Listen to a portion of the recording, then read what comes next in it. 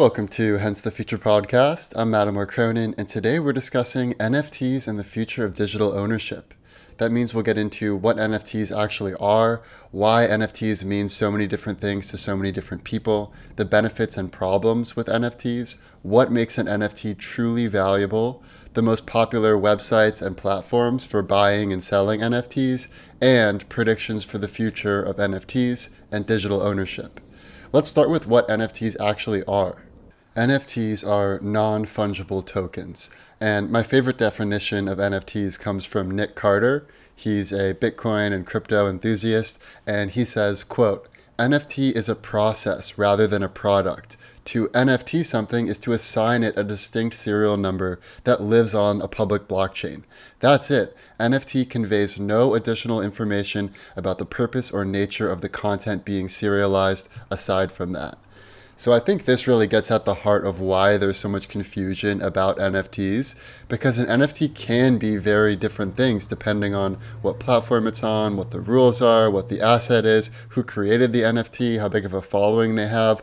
All of these factors go into what makes an NFT valuable, but the one commonality they all have is that you are putting a unique serial number on a public blockchain for an asset, whether it's a digital asset or a real-world asset. Another definition that gets at how game-changing NFTs are is the following. NFTs are the first digital certificate that cannot be counterfeited. So if you have any sort of collectible that has value, like I have a poster from Fight Club that's signed by all the cast members of Fight Club, and it came with a certificate of authenticity to the back. And while that gives some reassurance that, yes, this is authentic, I have this certificate, it's pretty easy to counterfeit that. And if you look up what the signatures of various actors are, you could do a pretty good recreation of their signatures, and then you could forge some Word document and you could say this is authentic, and it wouldn't be that hard to counterfeit it. Same thing with Magic the Gathering cards or Yu-Gi-Oh cards or Pokemon cards. There is a Black Lotus card in Magic the Gathering that's worth hundreds of thousands of dollars, and it doesn't cost that much to actually create a replica of this paper card. So to be able to actually certify that yes, this is an original, and to actually be able to see the record of who has owned this asset over time and all the way back to its initial creation, and this being the original digital version of this art, is huge. It's a total game changer, and it allows for digital scarcity. So just like how we have scarcity in the physical world, where you might have some collection of limited edition Beanie Babies or baseball cards that are worth a lot because there are so few of them, now you can do the same thing with digital assets, digital art, music, all sorts of types of assets. And because we're living increasingly in the digital world, there are a lot of advantages to NFTs that you don't get with traditional collectibles like Pokemon cards or Beanie Babies. And the reason you cannot counterfeit an NFT is because currently most NFTs are posted on the Ethereum blockchain. And with both Ethereum and Bitcoin, you cannot hack the network unless you own 51% of the network. And because Bitcoin and Ethereum have been around for so long and they're so dispersed throughout the world, it's pretty much impossible at this point for someone to control 51% of the network. And I suppose it's possible in the future, 20 years from now, 40 years, 100 years from now, that through quantum computing, they would be able to hack the Bitcoin blockchain or the Ethereum blockchain. But that's pretty far away. So for right now, with the current technology in the world, you cannot hack an NFT wallet unless you somehow get their private keys. But you cannot brute force your way into the Ethereum network. It is the most secure computing network in the world, along with Bitcoin. Now contrast the security of a decentralized network like Ethereum or Bitcoin that cannot be hacked with the centralized networks that we've depended on thus far.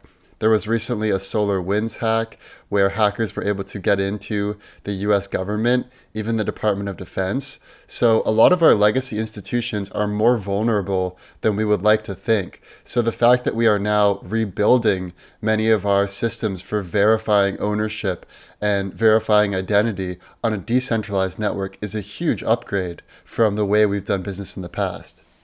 Another important definition for NFTs is that NFT is the autograph, not the art. So even if you own, let's say, the NFT from Beeple that sold for $69 million, that doesn't mean you have exclusive rights to see it and use it. Anyone can take that image of that NFT, save it to their phone, they could send it to their friend, they could print it out and put it on their wall. So it's not like you are the exclusive owner of being able to look at this particular piece of art.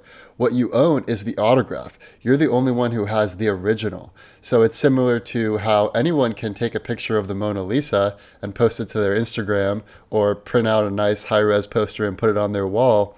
But there is only one original Mona Lisa, and it hangs in the Louvre, and it's owned by the French Republic, and it's way more valuable than any copy of it because it's the original, because it has provenance. And that is the same reason why original NFTs are valuable while they can still be spread and dispersed throughout the web. And the other interesting factor is that because they can be dispersed throughout the web even more readily than a real world asset like the Mona Lisa, there's more visibility and more people may want to buy it because there's more visibility. So the actual value of original NFTs may eventually be greater than the value of original physical art pieces because they can gain more exposure and build more of a following. Another great way to think about NFTs is layer 3 of the new decentralized global financial system. So previously, we had a system that was based on gold after World War II. That was the bedrock of the financial system. On top of that, you had the US dollar and other fiat currencies. And then on top of that, you would have other derivatives, assets you could buy with dollars. That's the system that we have been experiencing up until recently. Now we're building a new decentralized global financial system where Bitcoin is the new ground layer. That's the new digital gold. There is only 21 million Bitcoin in the world. That number isn't changing. This is the new bedrock. And on top of Bitcoin, you have Ethereum, which is a more programmable version of a cryptocurrency. So you can actually build decentralized applications on top of Ethereum, whereas you can't really do that with Bitcoin. So you could think of Bitcoin as layer 1, Ethereum as layer 2, and then all the assets that are created, bought, and sold with Ethereum are layer 3. So an NFT that you buy with Ethereum is a layer 3 asset for the new decentralized global financial system. Let's talk about some of the benefits and potential problems with NFTs. So the benefits with NFTs are similar to the benefits you get with any digital asset. So for one, it's instantly verifiable. Anyone can look at the public blockchain, see who currently owns it, see who's owned it in the past, see what the prices are that it's been sold at since it was originally created. There's also disintermediation as a benefit, so you don't need any middlemen. You can sell your tokens of your art or your music or whatever it is directly to your fans, and you don't need any sort of middlemen to collect money from your fans and give it to you. You can do it all through a decentralized blockchain. Another benefit, which we've already talked about, is that it's unhackable. It's the first ever digital certificate that cannot be hacked or altered. So the level of trust with buying an NFT is far greater than buying many other assets. You also can transfer ownership digitally. So you could give your NFTs to your fans for free. You could sell them at a set price. You could open up a bidding process to bid on your NFTs. You can even do fractional ownership. So you could have 100 slices of one LeBron James dunk video, and you could own the 69th token out of 100 tokens for this dunk video. So you have fractional ownership of something that maybe you wouldn't have enough money to buy 100% of it yourself, and therefore you're also part of this community now. And you have a unique token, your token number 69, which might be worth more than token number 68 or 70. The other major benefit is that it's programmable. NFTs allow for meta information to collect as things happen on the internet. So for instance, if you're a creator, let's say you create some original meme, and then that meme gets propagated throughout the web, different people use it, it appears in different journal articles, it appears on different social platforms. You could essentially track how this original meme evolves throughout the web, and actually give credit to the original creator, whether it's just through the social status of knowing this is the original creator, or through a royalty system where every time that meme gets transacted, you get some small percentage. Another great example is royalties for musicians and for movie creators. So right now, there's a major issue in the music industry where there's all of these royalties that are being collected on apps like Spotify and Apple Music, but it's so slow to actually pay out the artists that there's all of this backlog of music that is owed to artists, but there's not an easy way to automatically pay all the artists in a direct way.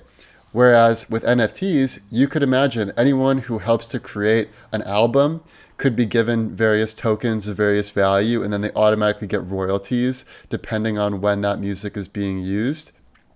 And same thing with movie creators. There are so many people that make a movie possible. All the actors, the producers, all the people who worked on it, the writers. And you could give each of these people tokens based on how much they contributed, and then they all would get some royalties whenever that movie is being played. And you can kind of imagine the entire technological ecosystem being rebuilt from first principles with this decentralized system. Now let's talk about some of the dangers and potential problems with NFTs.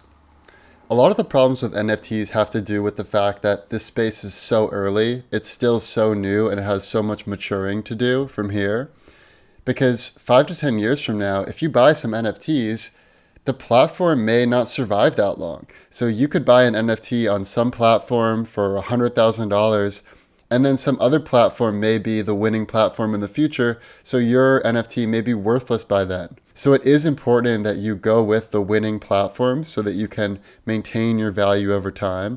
I think that's why NBA Top Shots has been so successful, because there's only one NBA, and they're not going to just randomly create some other secondary platform. They're going to stick with the platform they have. So the fact that the NBA has staying power gives some level of trust, where if you buy an NFT through NBA Top Shot, you can be pretty sure that it's still going to have some value 10 years from now, because there's still going to be people who like the NBA 10 years from now. And NBA is not going to screw over all of its fans, or it would totally backfire for them. Another danger is that we might be in a hype bubble right now. So there was the dot-com bubble of 1999 and 2000. There was the ICO bubble in the mid-2000s. And we may be in an NFT bubble right now, where the prices of some of these NFTs may be inflating because people are so excited and the space is so new, and it may deflate in the next 5 to 10 years. The other major danger with NFTs is fraud. There are already NFTs being claimed by people other than the artist. And there are bots that are scraping art websites and tokenizing them and then selling them, even though the person selling them isn't the one who created them. So there is a lot of fraud already in this space, which is why it's so important that you know who you're buying from, and you know that the artist condones this sale, that you're not buying some NFT that wasn't even put up by the creator. And people are calling NFTs, quote, art's Napster moment. And if you recall, in the music industry, it used to be all physical sales. You bought CDs, you bought records, and you owned that record, you owned that CD. Pretty clear cut. Once we had digital streaming websites and peer-to-peer sharing websites like Napster, all of a sudden, anyone could send music to each other, and the value of CDs and records almost went to zero.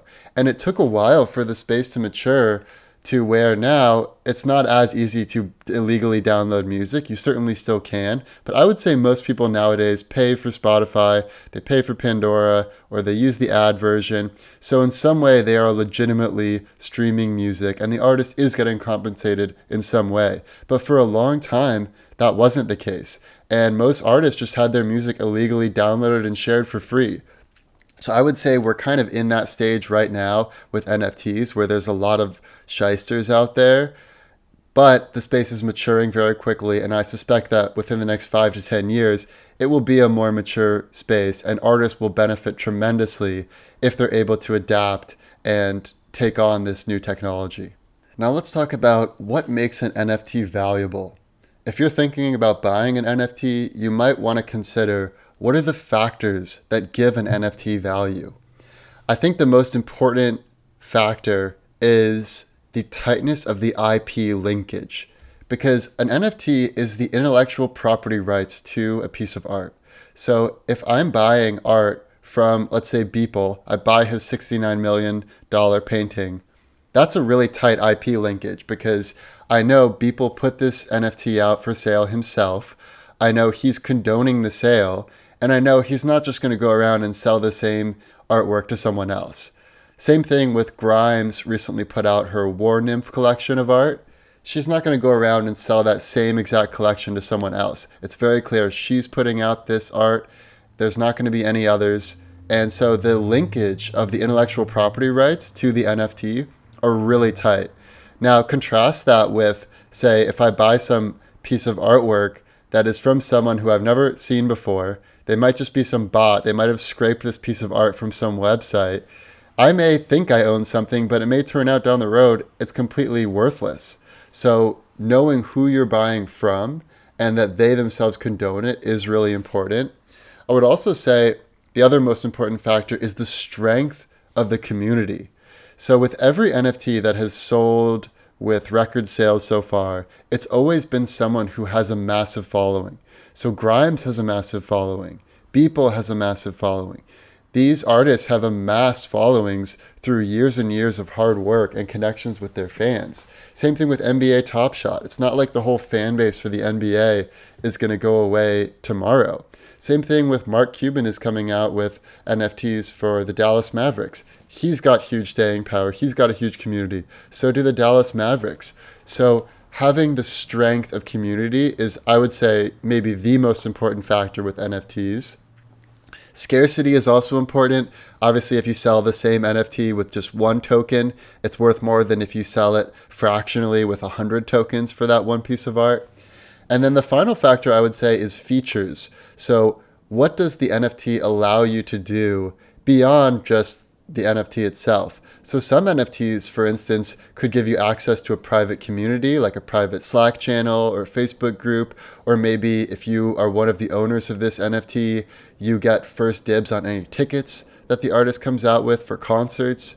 There are many ways you can reward people with specific functionality with NFTs. Similarly, in the gaming world, you can already buy skins in Fortnite with virtual V-Bucks. Imagine if you could buy it through an NFT and what you're buying actually gives you functionality in the virtual world. So you could run faster than other characters. You could reload more quickly. Maybe you can even fly, or you have other powers that no other characters have. So there are other features you can have alongside NFTs. So I would say the equation for what determines NFT value is NFT value equals strength of community times the scarcity times the features of the NFT. And for some people, it's really hard to understand why someone would pay all this money for a digital asset. And I love the rebuttal that Gary Vaynerchuk makes where he says, well, how much would you pay for a blue check mark on Twitter or Instagram? I bet a lot of people would pay a lot for that. And it comes down to status. And if you own something that is scarce, it gives you an evolutionary advantage over others, whether it's for seeking a mate or for seeking allies. This is really the human element that drives NFT value. If you own one of the first CryptoPunks, which was the first NFT on the Ethereum blockchain, you get status in this community. It's kind of like owning a Gucci bag or a Rolex watch. It's like, wow, look how cool I am. I own one of the first NFTs in existence. I'm owning a piece of history. And that's also a powerful factor. It's kind of like owning Bitcoin in 2014. You are owning a piece of history in the making. And if you're not early enough to buy NFTs when they're cheap, you could flex by buying them when they're expensive. And that's more of a monetary flex of, hey, I own one of the rarest CryptoPunks. And yeah, maybe I didn't own it from day one, but I own it now and I was willing to pay up and now I'm part of this exclusive club. So much of what drives human behavior comes back to survival and reproduction, gaining status, gaining power, differentiating yourself from others in the network. And that is not going away anytime soon. Let's talk about some of the most notable NFT websites and platforms. So if you're considering exploring this space, you know where to look. The first one I'll mention is called OpenSea, OPENSEA. And this is the best platform for a variety of NFTs. It's kind of like eBay for NFTs. Anyone can go there, they can post their own NFT. It's really easy. All you need is a digital JPEG or GIF or MP3 or any sort of digital asset. You can sell it. And you can also browse all the NFTs people have. You can browse by artist, by category, by price.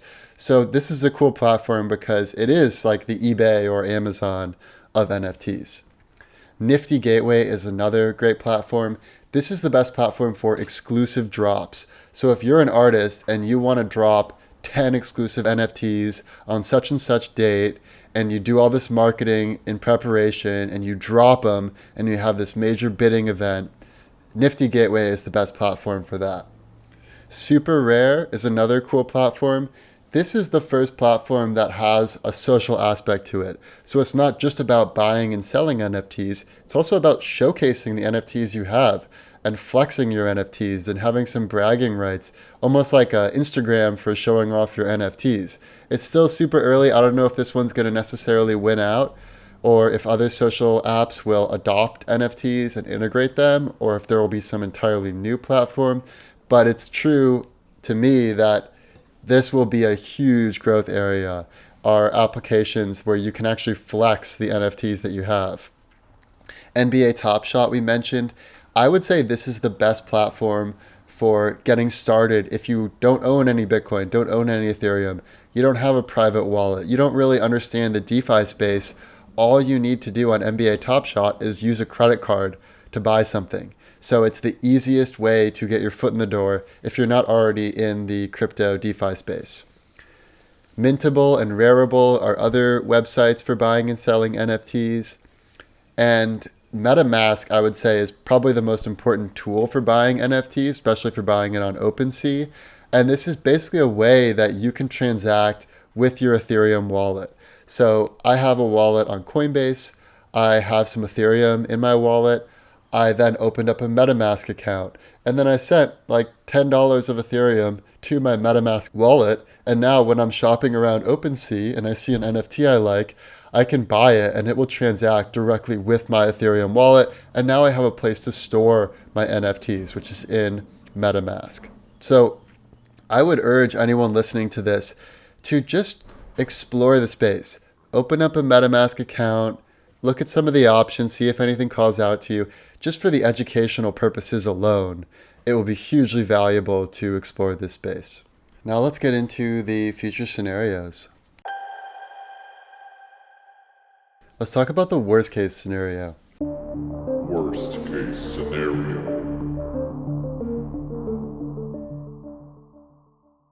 The worst case scenario, at least in the short to medium term, is that NFTs amplify inequality, as artists and musicians and athletes and other influencers who actually sell NFTs and are successful are probably the ones that already have a big following.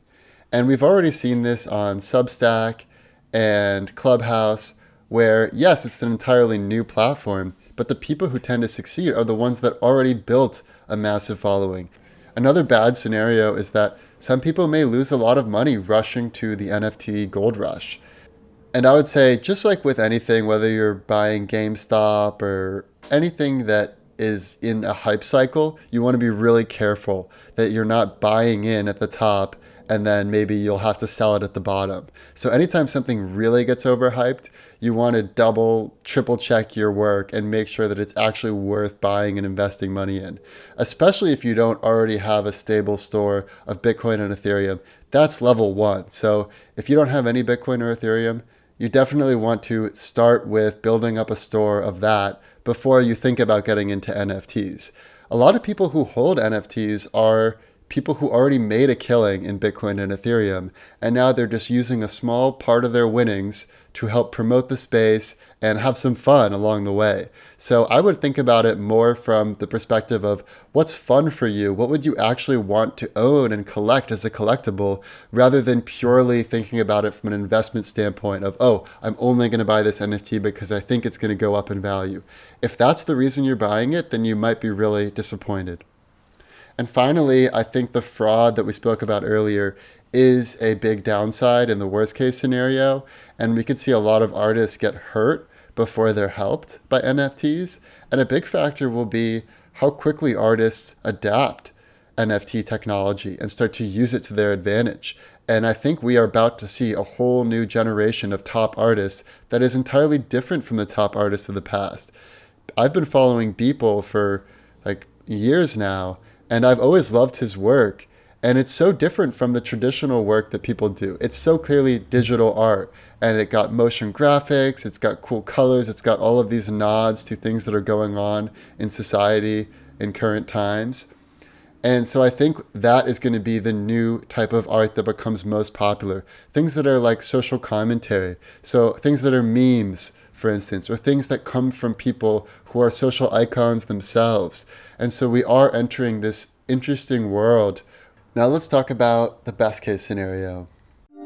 Best case scenario. In the best case scenario, NFTs are a hugely successful marketing campaign for the entire decentralized financial system. I think more regular people who aren't into DeFi and crypto, are going to start buying NFTs because it's a lot easier now and because there's hype around it. So NBA Top Shot has done a great job of normalizing buying NFTs for regular people that might not be super into crypto or DeFi. And what I love about NFTs is that we're building bridges between the decentralized financial system and the legacy financial system. And I love one thing Mark Cuban said, where we are not recreating the economy. We're not creating a brand new economy. We really are upgrading our existing economy. And I used to be really worried that we were going to have some major economic crash and everything is going to go to zero. And then we're going to need to basically reboot the system using Bitcoin, the blockchain, the decentralized network. Now I think it's actually more likely that we are going to transition steadily from the legacy system to the decentralized financial system.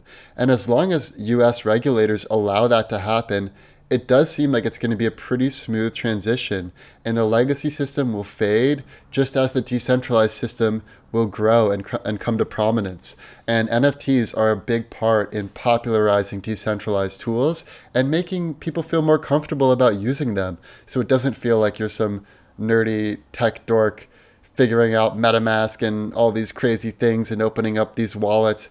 I think over time, customers always take the path of least resistance. And so the easier and the less intimidating we can make decentralized technology seem, the better it will be for adoption and the better place America and free countries around the world will be.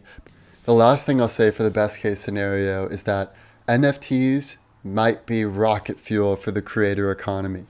We've already seen massive growth in creators creating all sorts of videos, GIFs, artwork, memes, music, all sorts of creations, but they haven't been properly compensated for their creations. And it's been really hard to actually credit the original creator of a certain meme or a certain music or a certain video. Now with NFTs, it will be easier to credit the original creator. And so we may see many more creations in the future. And also with NFTs, if you have any sort of niche interest, you can monetize that by being early on a trend.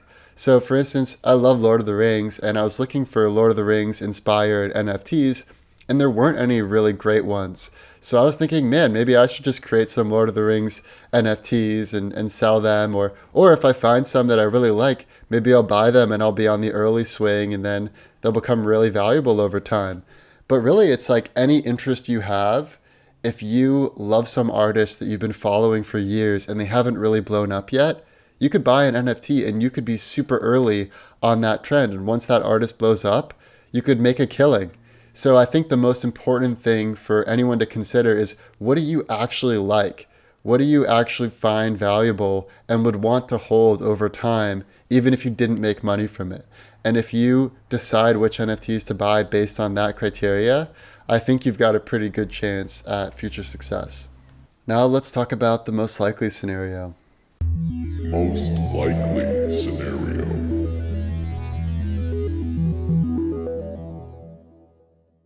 The most likely scenario is that NFTs and digital ownership will become more desirable and valuable than physical ownership. And here's the reason. Most people, or at least many people, already spend more time online than offline in their waking hours. If you look at your screen time analysis in your iPhone or your Android phone, you can calculate how much time are you spending in the matrix versus in the physical world. Over time, people are going to spend more and more time in the matrix. And so having digital assets is going to become even more valuable than showing off real world assets. It's like in Ready Player One in the Oasis, having cool assets that you can use in the Oasis is almost more valuable, and you can show it off more than things you might have in your home where few people may actually see it. And this really becomes clear when you think about what did a mansion used to look like in the 1980s, and what does a mansion look like in 2021? In the 1980s, a mansion had massive sound system, it had a huge movie projector, maybe you had pinball machines, maybe you had a huge DVD collection or VHS collection or all these records, and it was all this stuff. The signifiers of wealth in the 1980s was stuff, physical, real-world stuff. But now, if you go to Kanye's mansion in 2021, it's pretty much entirely empty. It has nice modern architecture, maybe a few nice pieces of furniture, but other than that, it's pretty much empty. And that's because every asset that used to be valuable is transferring to the digital world. All those records and movies and sound system and everything, it's all becoming digitized. And so digital assets, I think, are here to stay, and they're only going to become more valuable and more desirable over time. And I think real world assets will also become NFT'd. So if you own the title to your house, the title to your car, even things like marriage certificates or birth certificates, these things are much more useful when they exist in a digital form. So you can feed them into various systems, you can program with them, you can do all sorts of things that are relevant for the digital world. And how big will NFTs get? I will go with Mark Cuban's prediction that NFTs will represent a $100 billion industry within the next 10 to 15 years. I think that's a good place to end it. Thank you all for listening, and I'll see you next time. The past, the present, and the future. Our computer is picking up a strange signal. The past, the present, and the future, baby.